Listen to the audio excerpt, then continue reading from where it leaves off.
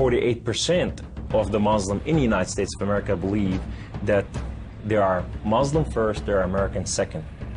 Our purpose is to change this culture because they're infidel, and what they're doing is not pleasing to Allah, and we are the soldier of Allah who will make them do it. Kamal Saleem was born in Lebanon to a devout Muslim family. As early as 4 years old, he remembers sitting at the kitchen table while his mother taught him about the Quran and his duty to Allah and jihad. From my childhood, my mom said, one day you'll be a martyr, my son. You will die for the sake of Allah and you will exalt Islam. She said, if you kill a Jew, my son, your hand will light up before the throne of Allah, and the host of heaven will celebrate what you have done. Kamal was 7 when his parents sent him to Muslim training camps to learn to use weapons and engage and kill the enemy. The boys were also taught another, more subtle form of warfare. We were training for what's called culture jihad, which is shifting cultures. Culture jihad is, it's unlike the sword, unlike the rifle, it is the jihad that will come into your world. By his 20s, Kamal was chosen to wage cultural jihad on America. In Islam, liberty, freedom, monarchy, all these are idols, and these must be brought down. So the liberty that you have in the United States of America, it's anti-Islam. You know, so America must be changed. So I moved to the Bible Belt specifically. The Bible Belt was the strongest of strongest. That's where the stout Christians are. And I want to take on the best of the best because I considered myself as a sword of Islam. I thought I'm anointed, I'm unique, I'm selected. I'm coming to a country and a culture to change it, and I have the power of Allah with me. In the early 1980s, Kamal entrenched himself in a small Midwestern town. He began targeting men from poor neighborhoods to recruit them to the Muslim faith. But one afternoon, his life would be in the hands of those he hated the most. I was going from one place to another to do a recruitment, and that day I had a car wreck. The car wreck was so severe, I ejected out of my car, landed on my neck, broke my neck in 2 places. This man came running to me, and he said, don't worry, we're going to take care of you, and everything's going to be all right.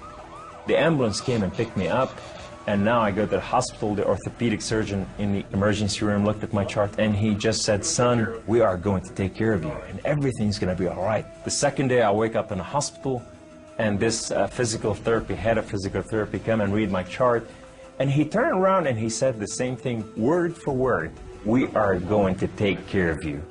At first, Kamal was frightened by their words, because these men were all Christians. You see, in terrorism, if they said we're going to take care of you, you'd better run. Surgeries to repair Kamal's broken neck were successful, but recovery would take weeks. After being discharged from the hospital, he would need someone to care for him while he recuperated. Kamal had no one, so the orthopedic surgeon opened up his own home to this stranger. In his home, they put me in their choicest room, in the most beautiful thing. I became like part of their family. They didn't see me any different, and now they have a basket that says for Kamal. They put in money to free my bills from the hospitals.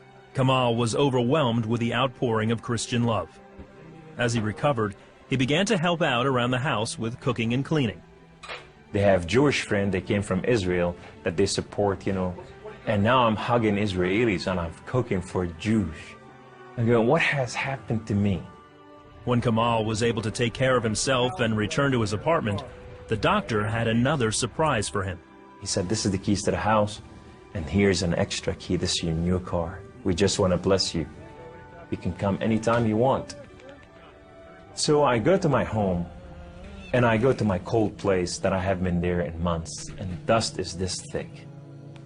And I just gotta settle this issue with my God to know that if it's real or not. So I walk inside, I shut the door, I go right in the eastern window, and I fall on my knees, and I put my hands to the heavens, and I cry up to my God. Allah, Allah, my Lord and my King, why have you done such a thing to me?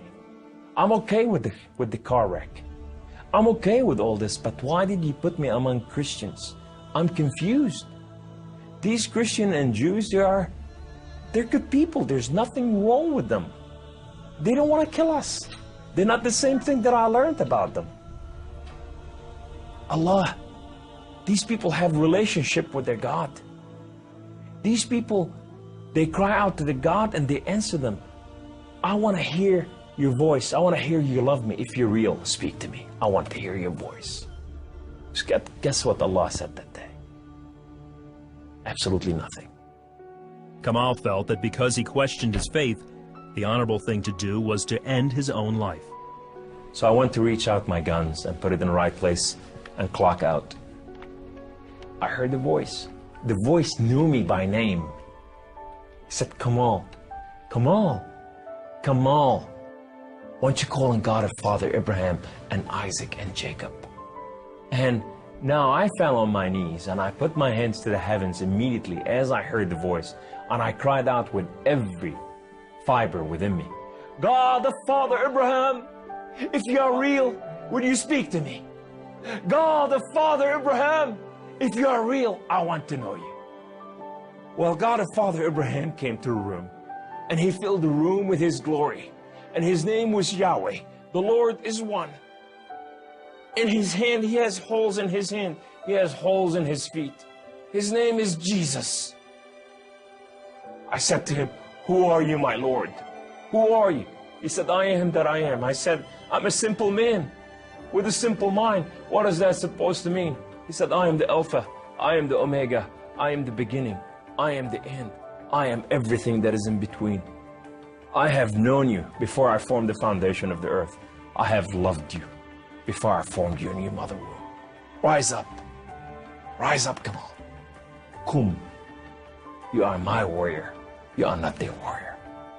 And I said to him, I said, my Lord, I will live and die for you. He said, do not die for me. I died for you that you may live. That day, instead of taking his life, Kamal gave it to Jesus. He now has a new mission and travels the country challenging Muslims to question their allegiance to Allah. My heart desire is to reach out for my brothers and sisters, the Muslim out there, 1.5 billion Muslim, that they are living out there and they have not tasted freedom, and that freedom in God. It's been over 20 years since Kamal left the Islamic faith, and even threats of violence and death cannot stop him from sharing his story. He is real, you know, and if you never experienced God before in your life, if you never tasted God, and if you think you got nothing to lose, when you're sitting in your home, whether you're a Muslim or a non-Muslim or a non-Christian or whatever you are, say, call on God of Father Abraham and Isaac and Jacob, and say, if you are real, speak to me, I want to hear your voice.